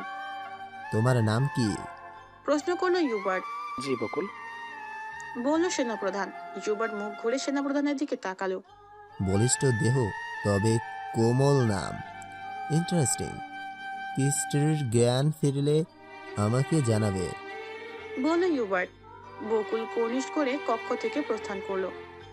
হিউবার্ট আবার দৃষ্টি বর্ণের দিকে স্থির করলো। খুব শীঘ্রই আমাদের দেখা হচ্ছে তাহলে। এই যুদ্ধের যোদ্ধাদের একটা নাম দেওয়া উচিত বলে আমি মনে করি। The hunters of night. হেসে বলল হিউবার্ট। এরপর সে কক্ষের ভিতর চলে গেল। বর্ণ এখনো ভ্যাম্পায়ার রাজ্যের প্রবেশ পথে দাঁড়িয়ে আছে। এদিকে কিছু ভ্যাম্পায়ার তাকে আক্রমণ করার সিদ্ধান্ত নেয়। একটা ভ্যাম্পায়ার উড়াল দিয়ে বনের পিঠের উপর অবতরণ করলো। বনের ঘাড়ে সে কামড় বসাতে চায়। হঠাৎই বর্ণ ঘুরে উল্টো হয়ে সে ভ্যাম্পায়ারের ঘাড়ে কামড় দিয়ে বসলো। এরপর দাঁত দিয়ে কামড়ে ঘাড়ের বেশ খানিকটা মাংস সে খেয়ে নেয়। সাথে সাথে সকল ভ্যাম্পায়ার সতর্ক হয়ে নেয়। একে অপরকে ইশারার মাধ্যমে একসাথে আক্রমণ করার পরিকল্পনা করে। ভ্যাম্পায়ারগুলো আক্রমণ করে যাবে, ঠিক তখনই একটা নেকড়ের হিংস্র গর্জন দূর থেকে ভেসে এলো। এলিনা এসে বর্ণের পাশে দাঁড়ালো। পরিস্থিতি ভালো নয়, এখান থেকে চলে যাওয়াটাই মঙ্গল, বলল এলিনা। বর্ণ ফিরে এলিনার দিকে একবারও তাকালো না। সে উল্টো দিকে দৌড়ে চলে গেল, পিছন পিছন এলিনা। নেকড়ে রাজ্যের রাজমহলের দিকে একটা বিশালাকার নেকড়ে মানব তেড়ে আসছে। দূর থেকে প্রহরীরা দৃশ্যটা দেখে সতর্ক হলো। যুদ্ধের জন্য তারা প্রস্তুত হতে লাগলো। রাজমহলের সামনে এসে বর্ণ নিজের মানব রূপ ধারণ করলো। প্রহরীরা তৎক্ষণাৎ বর্ণকে চিনে ফেলে এবং নিজ নিজ অবস্থানে হাঁটু গেড়ে বসে বর্ণকে সম্মান প্রদর্শন করতে লাগলো। বর্ণ রাজমহলে পৌঁছানোর খানিক বাদে এলিনা এসে পৌঁছালো। বর্ণ জীবিত এবং রাজমহলে অবস্থান করছে, খবরটা বাতাসের বেগে পুরো রাজ্য ছড়িয়ে পড়লো। একই সাথে বর্ণের পিতা রবার্টের কানেও খবরটা গেল। তিনি দ্রুত প্রহরীদের জিজ্ঞাসা করে বর্ণের বর্তমান অবস্থান সম্পর্কে অবগত হলো। বর্ণ তার নিজ কক্ষে রয়েছে। বর্ণের কক্ষে প্রবেশ করলো রবার্ট। বর্ণ কান্না ভেজা গলায় বলল রবার্ট। তিনি বর্ণকে জড়িয়ে ধরতে চাইলেন। বর্ণ বাধা প্রদান করলো। আমাকে ছুবেন না মহারাজ। গম্ভীর গলায় বলল বর্ণ। বাবা, তুই রেগে আছিস কেন? হাত দিয়ে দরজার দিকে ইশারা করলো বর্ণ। আমার কক্ষ থেকে বের হলে কৃতজ্ঞ হব মহারাজ। বর্ণের কথা শেষ হতেই রুমে প্রবেশ করলো এলিনা। বর্ণ এলিনার দিকে এগিয়ে গেল। তুই সেই বিশালাকার ঘাতক ভ্যাম্পায়ারকে চিনতি তাই না? তুই তার সাথে এসেছিলি তাই না? রাগান্বিত গলায় বলল বর্ণ। ভাই তুই শান্ত হ। শান। এলিনা বলার সুযোগ পেল না। হ্যাঁ অথবা না। হ্যাঁ চিনি, সে ভ্যাম্পায়ারটাই তোদের অবস্থান সম্পর্কে আমাকে অবগত করেছিল। কোনো সমস্যা? রেগে বলল এলিনা। কিছুটা বনের দিকে এগিয়ে যেতে এলিনা বলল, ক্রিস্টির জন্য বেশ মায়া জমেছে দেখি। মেয়েটার হাত ধরে স্বজাতির বিরুদ্ধে যাওয়াও দেখি শিখে গেছিস। তুই নেকড়ে সাম্রাজ্যের জন্য গর্ব না, বরং কলঙ্ক। বর্ণ ঠাস করে এলিনার গালে কষে একটা চড় মারলো। এলিনা গালে হাত দিয়ে অবাক হয়ে বর্ণের দিকে তাকিয়ে রইল। রবার্ট বর্ণের এমন কাণ্ড দেখে বলে উঠল, বর্ণ করছিস কি? বর্ণ তার ডান হাত দিয়ে এলিনার গাল চেপে ধরে বলল, বৃষ্টির কিছু হলে না এই রাজ্য থাকবে না ওই রাজ্য। এলিনাকে ছেড়ে বর্ণ নিজ কক্ষের জানলা দিয়ে লাফ দিল। নেকড়ে মানব রূপ ধারণ করে সে অন্যত্র চলে গেল। রবার্ট দৌড়ে জানালার কাছে এসে চিৎকার দিয়ে বর্ণকে ডাক দিল, বর্ণ। এলিনা মুখ চেপে ধরে মেঝেতে বসে পড়লো। কান্না করতে লাগলো সে। রবার্ট গিয়ে এলিনাকে ধরলো। এলিনাকে শান্ত করতে চাইলেন তিনি। কোনো মতে তানভীর ঘরে এলো। নিজ রুমে প্রবেশ করে বসে খাটের উপর বসে পড়লো। তার শরীর কাঁপছে। একটা বিশাল ভ্যাম্পায়ার সেই আমার পছন্দের মেয়েটাকে নিয়ে যাচ্ছিল। আর মেয়েটাও ভ্যাম্পায়ারের মতো দেখতে ছিল। আর সেই নেকড়েটা বিশাল, এত বিশাল নেকড়ে। এসব কি দেখলাম আমি? নিজের মাথা চেপে ধরে বিড়বিড় করে বলতে লাগলো তানভীর। উঠে গিয়ে সে এক গ্লাস পানি ঢকঢক করে পান করে নেয়। আচমকা সে নিচতলা হতে একটা ভারী প্রাণী পদধ্বনির শব্দ পেল। রাত তখন 2টা। তানভীর সিঁড়ি বেয়ে নিচের তলায় নামলো। ঘরের ভেতর কিছু একটা প্রবেশ করেছে। তানভীর ভয়ার্ত গলায় বলল, কে ওখানে? আচমকা একটা চতুষ্পদী প্রাণী তার শার্টে কামড় দিয়ে এক লাফে উপর তলায় উঠে যায়। তানভীর চিৎকার দিতে নেয়, কিন্তু একটা মানবদেহী হাত এসে তার মুখ চেপে ধরে। তানভীর দেখলো একটা নেকড়ে ধীরে ধীরে মানব রূপ লাভ করছে। বর্ণ তানভীরের গলা চেপে ধরলো এবং বলল, আমার পথে যদি কখনো তোকে দেখি তাহলে জ্যান্ত চিবিয়ে ফেলবো, হাড় গোড় রাখবো না, বলে দিলাম তানভীর। বর্ণ তানভীরের গলা ছেড়ে দিল। তানভীর গলা ছাড়া পেয়ে জোরে জোরে শ্বাস নিতে লাগলো। আমি তো তোমার সাথে থাকা মেয়েটার উপর সন্দেহ হয়, তাই চার্চে যাই। হাঁপাতে হাঁপাতে বলল তানভীর, আমাদের থেকে দূরে থাক, আর কোনো দিন দেখলে আমি ছাড়বো না তোকে। কথাটা বলেই বর্ণ সেখান থেকে চলে গেল। তানভীর চুপচাপ বর্ণের যাওয়ার দিকে চেয়ে রইল। ক্রিস্টের জ্ঞান সবেমাত্র ফিরেছে। আচমকা আবছায়া তার কক্ষে এসে তার ঘাড়ে কামড় দেয় এবং তাকে নিয়ে উড়াল দেয়। এতটুকু তার স্মরণে আছে। নিজের অবস্থান বুঝতে সে এদিক সেদিক তাকাতে লাগলো। বুঝতে পারলো সে ভ্যাম্পায়ার রাজমহলে। ক্রিস্টের জ্ঞান ফিরতে দেখে দুজন মেয়ে দাসী কক্ষ থেকে বেরিয়ে গেল। তারা সেনাপ্রধানের নিকট সংবাদটি পৌঁছালো। কিছুক্ষণ পর সেনাপ্রধান এসে ক্রিস্টির কক্ষে প্রবেশ করলো। কক্ষ ভেতর থেকে সে বন্ধ করে দিল। ক্রিস্টি কিছুটা ভয় পেল। গুটিসুটি মেরে সে বসে রইল। সেনাপ্রধান ক্রিস্টির সামনে এসে বসলো। ক্রিস্টি ভয় দূর করতে সে বলল, তোমার কোনো ক্ষতি আমি করব না। ইউবার্ট এখনো জানে না তোমার জ্ঞান ফিরেছে। পালিয়ে যাও তুমি। ক্রিস্টি কিছুক্ষণ চুপ করে সেনাপ্রধানের দিকে তাকিয়ে রইল। তুমি রাজ্যের সকল গুপ্ত পথ সম্পর্কে অবগত। এই কক্ষের নিচে একটি পথ রয়েছে যা সোজা রাজমহলের বাইরে যায়। কথাটা বলে সেনাপ্রধান রুমের এক কোণে থাকা দেয়ালে কিছু একটা করলো। একটা সুড়ঙ্গ পথ খুলে গেল। যাও, পালিয়ে যাও, বলল সেনাপ্রধান। আপনি আমাকে সাহায্য কেন করছেন? প্রশ্ন করলো ক্রিস্টি। কত বছর যাবত এই রাজ্যের দেখাশোনা করে যাচ্ছি। মহারাজের নির্দেশ পালন করা আমার ধর্ম। এবার মহারাজ যেই হোক, তবে তোমাকে ছোট করে আমি দেখছি। ইউবার্টের হাতে অন্তত তোমাকে তুলে দিতে পারি না। পালিয়ে যাও এখনই। মায়া ভরা গলায় বলল সেনাপ্রধান বকুল। ক্রিস্টি দ্বিতীয়বার আর ভাবল না। সে দ্রুত সুড়ঙ্গ পথে প্রবেশ করলো। পেছন ফিরে একবার কৃতজ্ঞতার দৃষ্টিতে তাকালো ক্রিস্টি। সেনাপ্রধান নিজেই নিজেকে ঘুষি মেরে আহত করলেন। এরপর চিৎকার দিয়ে প্রহরীদের ডাক দিলেন এবং তাদের ক্রিস্টিকে খোঁজার নির্দেশ দিলেন। সকল প্রহরী তৎক্ষণাৎ ক্রিস্টিকে খুঁজতে বেরিয়ে পড়ল। শুনেছি ক্রিস্টি পালিয়েছে। সেনাপ্রধানকে বলল ইউবার্ট। জি মহারাজ, আমি রুমে প্রবেশ করতেই ক্রিস্টি আক্রমণ করে বসে, বলল সেনাপ্রধান। ইউবার্ট সেনাপ্রধানের কাছে এলো। তার মুখ দেখতে লাগলো সে। অদ্ভুত, একটা মেয়ে তোমার উপর আক্রমণ করলো, কিন্তু তোমার মুখ কিংবা দেহে একটি আঁচড়ের দাগও নেই। শুনেছি ক্রিস্টি খুব শৌখিন, বড় বড় নখ রাখে। এসে বলল ইউবার্ট। মহারাজ আসলে।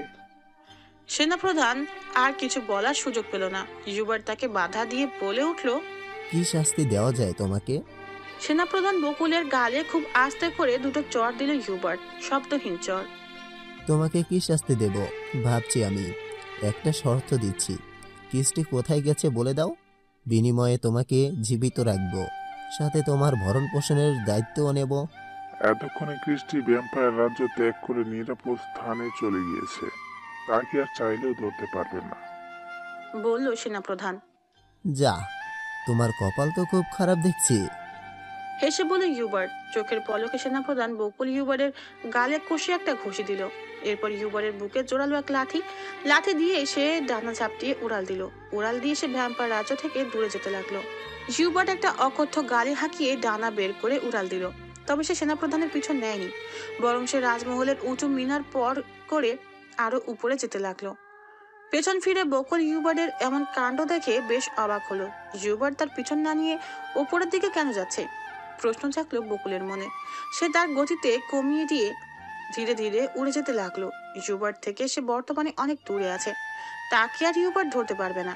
এই ভেবে ধীরে ধীরে উঠছে বকুল। উঠছে আর কিছুক্ষণ পর পর পেছন ফিরে তাকাচ্ছে। ইউবার্ট উড়ে অনেক উঁচুতে আসলো। এরপর সে তার ডানা ঝাপটানো বন্ধ করে দিল। ফলস্বরূপ ক্ষিপ্র গতিতে ইউবার্ট ভূমির দিকে পতিত হতে লাগলো। পিছন ফিরে ইউবার্টের এমন কাণ্ড দেখে সেনাপ্রধান মনে মনে বলে উঠল, ইউবার্ট কি পাগল হলো? নিজেকে সে। স্তব্ধ হলো সেনাপ্রধান। ইউবার্ট আকাশ ছিঁড়ে ক্ষিপ্র গতিতে একটা মিসাইলের মতো তার দিকে এগিয়ে আসছে। ডানা ঝাপটানোর গতিতে সে বাড়াতে চাইলো, তবে চোখের পলকে ইউবার্ট তার পিঠের উপর নিজের দু পা দিয়ে চেপে দিল। ফলে সেনাপ্রধান নিচের দিকে পতিত হতে থাকলো। একসময় সে ভূমিষ্ঠ হলো। সাথে সাথে পুরো ভ্যাম্পায়ার রাজ্য কেঁপে উঠলো, যেন একটা উল্কা ভ্যাম্পায়ার রাজ্যে আঘাত এনেছে। সারা ভ্যাম্পায়ার রাজ্যের জমিন মৃদু কেঁপে উঠলো। একটা তীক্ষ্ণ বাতাসের স্রোত চারিদিকে ছড়িয়ে পড়লো। ইউবার্ট ভূমির উপর দাঁড়িয়ে থেতলে যাওয়া বকুলের মৃতদেহের দিকে তাকিয়ে রইল। কিছু অকথ্য গালি দিয়ে সে রাজমহলের দিকে ফিরে যেতে লাগলো। অন্ধকার সুড়ঙ্গ পথ দিয়ে হেঁটে চলেছে ক্রিস্টি। অন্ধকারের মাঝেও সে স্পষ্ট সবকিছু দেখতে পাচ্ছে, কারণ সে ভ্যাম্পায়ার। ঘন্টাখানেক হেঁটে চলার পর ক্রিস্টি তার সামনে কিছুটা দূরে মৃদু আলো দেখতে পেল। সে বুঝতে পারলো সুড়ঙ্গ পথের সমাপ্তি ঘটতে চলেছে। সুড়ঙ্গ পথ থেকে বেরিয়ে ক্রিস্টি নিজেকে ভ্যাম্পায়ার রাজ্যে শেষাংশে পেল। একটা স্বস্তির নিঃশ্বাস ফেললো সে। ক্রিস্টি দ্রুত ভ্যাম্পায়ার রাজ্য থেকে বেরিয়ে ঘন জঙ্গলের ভেতর প্রবেশ করলো।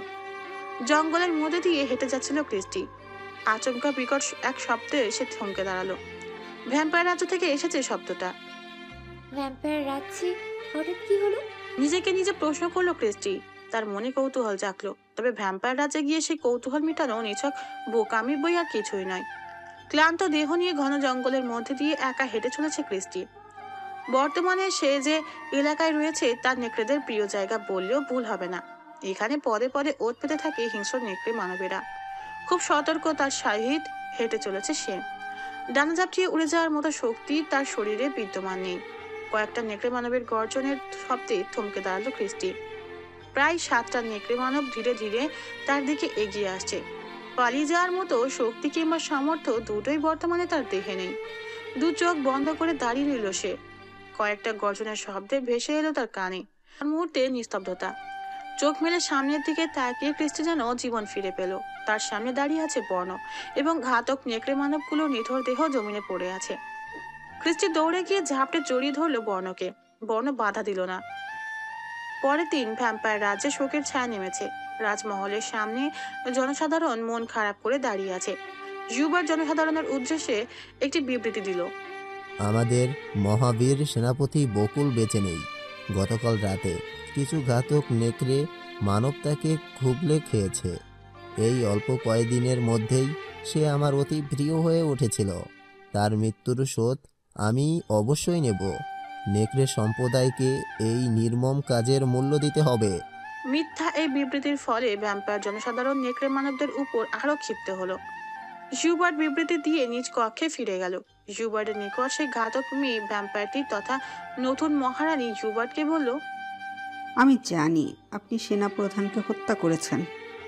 নিশ্চয়ই সেনাপ্রধান ক্রিস্টোকে পালাতে সাহায্য করেছে, তাই না? এই না হলে আমার রানী। ক্রিস্টের প্রতি আপনার খুব লালসা, তাই না? তাই আমাকে দিয়ে তাকে জীবিত আনেন। জুবার্ট প্রত্যুত্তরে কিছু বলল না। আমার নাম জানেন আপনি? জুবার্ট প্রশ্নসূচক দৃষ্টিতে তার দিকে তাকালো। আমি রোহিণী। জুবার্ট চোখ বড় করে বলল, বাহ, সুন্দর নাম। রোহিণী জুবার্টের গা ঘেঁষে বসলো। ক্রিস্টের কাছ থেকে আপনি যা চাচ্ছেন তা আমি স্বেচ্ছায় দিতে পারি, তবে ক্রিস্ট। রোহিণীকে বলার সুযোগ না দিয়ে জুবার্ট বলল, ক্রিস্টিকে ত্যাগ করতে হবে, তাই তো? রোহিণী মাথা নাড়লো। ক্রিস্টির প্রেমিক ছেলেটার নাম কি? প্রশ্ন করলো জুবার্ট। ওই নেকড়ে মানবটা, সে তো নেকড়ে রাজ্যের প্রিন্স বর্ণ, বলল রোহিণী। জুবার্ট তার প্রহরীদের ডাক দিল। তাদের নির্দেশ দিল বর্ণ এবং ক্রিস্টি উভয়কে যেন আজকের মধ্যে হত্যা করা হয়। প্রহরীরা নির্দেশ মোতাবেক কার্য সম্পাদনে লেগে পড়ল। রোহিণী ইউবার্টের এমন কর্মে বেশ খুশি হলো। কিছু দাসীকে ডাকলো ইউবার্ট। ডেকে তাদের সে বলল, রানী রোহিণীকে সাজিয়ে আমার সামনে উপস্থাপন করুন। এত সাহস হবে যেন আমি তার দিকে তাকিয়েই থাকি। রোহিণী বাধা দিল। বিনা বিয়ে করে এসো। রোহিণীর কথা শেষ হওয়ার আগে ইউবার্ট বলে উঠল, তুমি বলেছ সব দিতে রাজি। রোহিণী চুপ করে রইল। একটু ভেবে সম্মতি দিল সে। মহারাজ, একটা সংবাদ ছিল। রাজকোষে এক গুপ্তচর নেকড়ে মানব হাজির হলো। কি সংবাদ? এত ভ্যাম্পায়ার রাজ্যের সেনা প্রধান বেঁচে নেই। এত সংবাদ নয়, সুসংবাদ। মহারাজ, ভ্যাম্পায়ার রাজ্যের নতুন রাজা ইয়োবার্ট বিবৃতি দিয়ে তাদের সেনা প্রধানকে নাকি আমরা হত্যা করেছি, যা সম্পূর্ণ মিথ্যে কথা। আর তার এই বিবৃতির ফলে সমগ্র ভ্যাম্পায়ারবাসী আমাদের ওপর ক্ষিপ্ত। আজ কিছু ভ্যাম্পায়ার আমাদের এলাকায় প্রবেশ করে। শুধু তাই নয়, কিছু নেকড়ে মানবও তারা হত্যা করেছে। এভাবে চলতে থাকলে শীঘ্রই যুদ্ধ বাঁধবে। নিচু গলায় বলল গুপ্তচর। রাজকীয় আসনের হাতলে চাপড় মেরে রুক্ষ গলায় বলে উঠল, ভ্যাম্পায়ারদের একটা কঠিন শাস্তি দিতে হবে। মহারাজ, আপনি এই যুদ্ধে পরিকল্পনা করেছেন? বলে উঠল সেনাপ্রধান। হ্যাঁ, গম্ভীর গলায় বলে উঠল রবার্ট। মহারাজ, আমার মতে যুদ্ধের বদলে সমঝোতা করলে ভালো হয়। আমি তোমার কাছ থেকে কোনো পরামর্শই চাইনি। নিচু গলায় বলল সেনাপ্রধান। রাগান্বিত গলায় বলল রবার্ট। ঘন্টাখানেক পর এলিনার কক্ষে প্রবেশ করলো রবার্ট। রাত ভোর এলিনা কান্না করেছে। ভোরবেলায় ঘুম দেয় সে। সবে মাত্র এলিনা ঘুম থেকে উঠেছে। সংবাদটা পেতেই কক্ষে হাজির হলো রবার্ট। এলিনা, শরীর কেমন এখন? এলিনার সামনে এসে বসে কথাটা বলল রবার্ট। ভালো, গম্ভীর গলায় বলল এলিনা। কৃষ্টির মোহে বর্ণ তোর গায়ে হাত তুললো? যে ছেলে কখনো চোখ রাঙিয়ে তোর সাথে কথা বলেনি সে আজ তোর গায়েই হাত তুললো। বর্ণকে এখন আমার নিজের ছেলেও বলতে পরিচয় দিতে ঘৃণা হচ্ছে। এলিরা, আমার পর তুই হবি ন্যাক্রে রাজ্যের রাজা। শান্ত গলায় বলল রবার্ট। এলিনা বেশ অবাক হলো। আমি রাজা হব? কি বলছো তুমি? ভাই ভুল করেছে, তাকে সঠিক পথে আনতে হবে। বিচলিত হয়ে বলল এলিনা। গত রাজ্যে বর্ণ রাজমহলে এসেছিল, সে অত হিংস্র ছিল তা তুই সচক্ষেই দেখেছিস। সে আর আমাদের বর্ণ নেই, আমাদের কোনো কথাই শুনছে না। নিচু গলায় বলল রবার্ট। এলিনা কিছু বলল না, চুপ করে রইল সে। 3 দিন পর, সেদিন রাতে বর্ণখ্রিস্টিকে নিয়ে প্রথমে নেকড়ে রাজ্যে, এরপর পার্শ্ববর্তী শহর এবং পরিশেষে আরো 2টো শহর ত্যাগ করে অন্যত্র চলে এসেছে। অপরদিকে রোহিণীর সাথে শারীরিক সম্পর্ক গড়ার পর হিউবার্ট ক্রিস্টি এবং বর্ণকে নিয়ে ভাবা বন্ধ করে দিয়েছে। ফলাফল, ক্রিস্টি এবং বর্ণকে হত্যা করতে যাদের পাঠানো হয়েছিল তারাও ফিরে এসেছে। রাজার কোনো মাথা ব্যথা নেই, প্রহরীদের কেনই বা থাকবে। তবে উভয় পক্ষ সুখে থাকলেও 2 রাজ্যের সাধারণ জনগণ ক্ষিপ্ত।